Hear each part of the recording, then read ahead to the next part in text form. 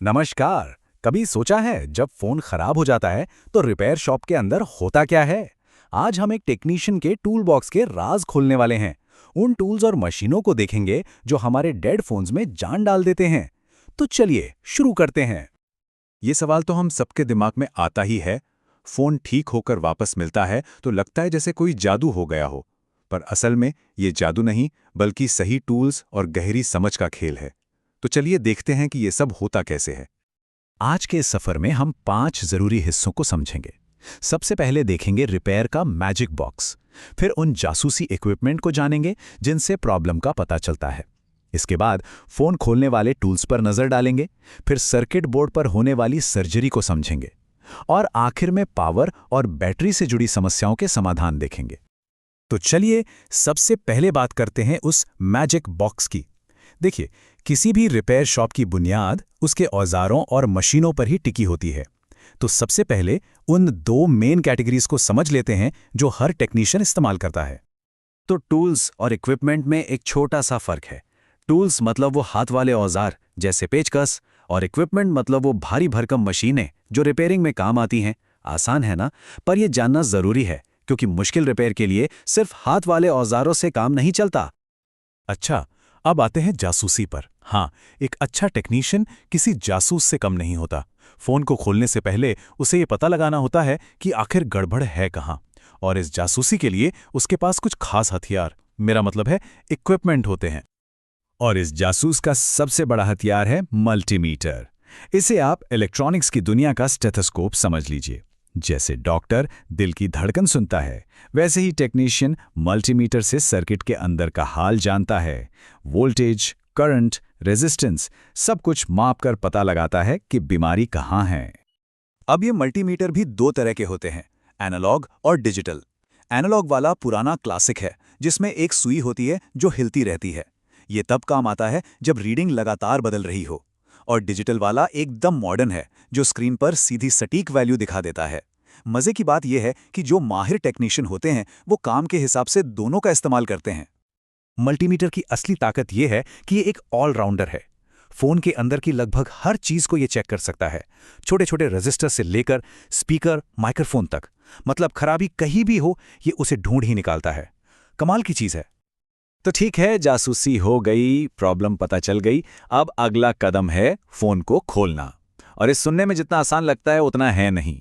आजकल के फोन पूरी तरह से सील्ड होते हैं। उन्हें खोलना अपने आप में एक कला है, जिसके लिए खास औजारों की जरूरत पड़ती है। किसी भी फोन को खोलने के लिए ये 3 चीजें तो समझिए बेसिक हैं। छोटे छोटे पेज के लिए एक precision screw driver set, phone की बॉडी को बिना खरोच लगाए खोलने के लिए प्लास्टिक के ओपनर, और उन बारीक पुर्जों को पकड़ने के लिए चिमटी जिन्हें उंगलियों से छूना भी मुश्किल है। ये तो हो गई बेसिक किट। लेकिन असली चैलेंज तब आता है जब डिस्प्ले को निकालना हो।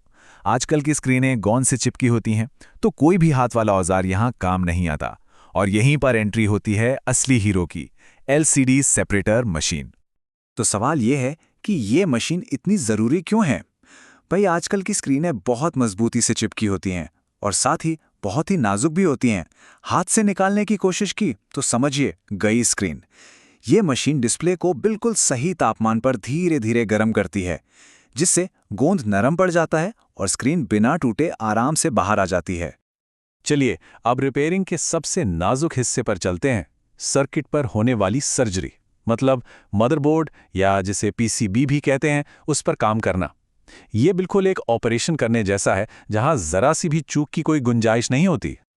और जैसे एक सर्जन को ऑपरेशन के लिए एक मजबूत ऑपरेटिंग टेबल चाहिए, वैसे ही एक टेक्नीशियन को चाहिए पीसीबी होल्डर। ये डिवाइस मदरबोर्ड को अपनी जगह पर कसकर पकड़ लेता है, ताकि काम करते वक्त वो जरा भी ना हिले। और इस सर्जन का सबसे जरूरी औजार, हॉट एयर गन।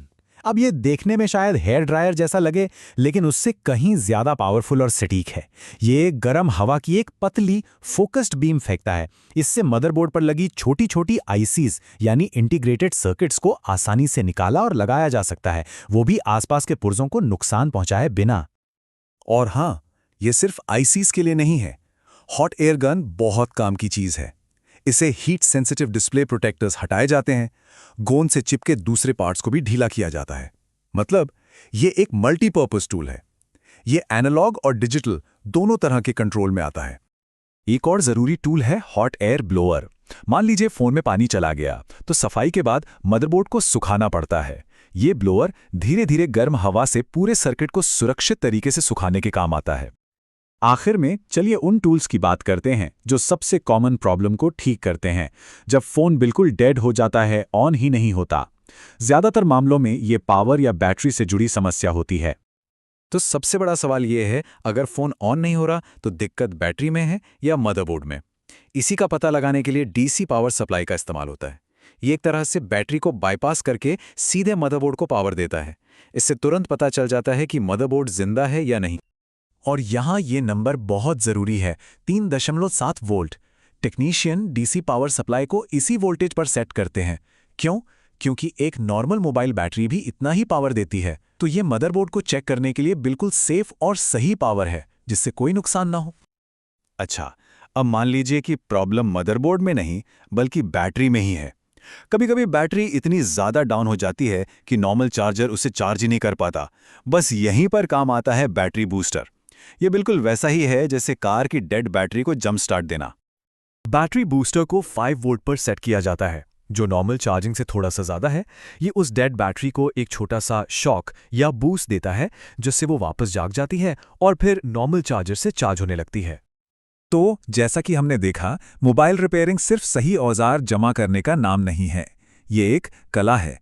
ये जानना कि कौन सा टूल कब, कहाँ और कैसे इस्तेमाल करना है, ये असली हुनर है।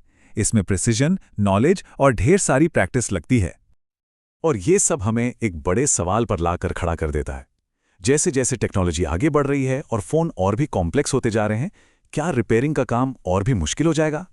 इस इंडस्ट्री का भविष्य शायद इसी सवाल के जवाब में छिपा है। इस सफ़र में साथ रहने के लिए शुक्रिया।